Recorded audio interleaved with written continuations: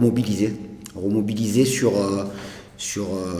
d'abord sur l'aspect technico-tactique et ensuite sur la faculté de réaction qu'on doit avoir quand on est mené au score. Donc une charge de travail assez élevée. J'estime qu'on a bien bossé. Il nous a fallu attendre, je crois que je l'ai évoqué hier, peut-être 24 heures de plus pour qu'on rentre vraiment dans la qualité des séances. C'est-à-dire à partir de mardi, c'était bien. La séance de lundi, il fallait encore laver un peu les têtes et les esprits, parce que c'est au-delà de la défaite, c'est l'ampleur de la défaite qui a fait mal un peu. Mais sinon, on a une bonne semaine de travail, en sachant que cette défaite-là, elle est derrière, et que si on regarde derrière, on n'arrive pas à regarder devant.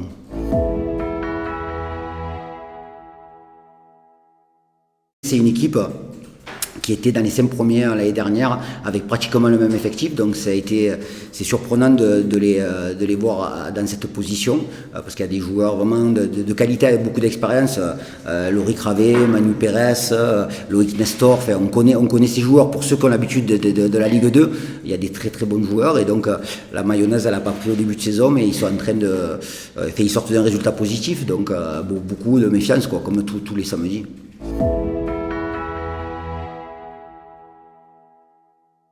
La gestion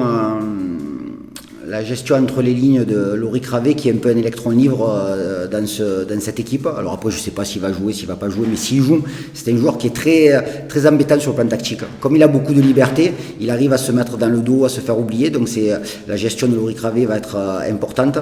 La capacité, l'efficacité sur les coups de pied arrêtés, parce que c'est une équipe aussi qui est capable de marquer sur coups de pied arrêtés, avec un bon frappeur, Loïc Ravet, et des joueurs dans le domaine aérien qui sont performants. Dernière en date, Loïc Nestor contre Niort mardi.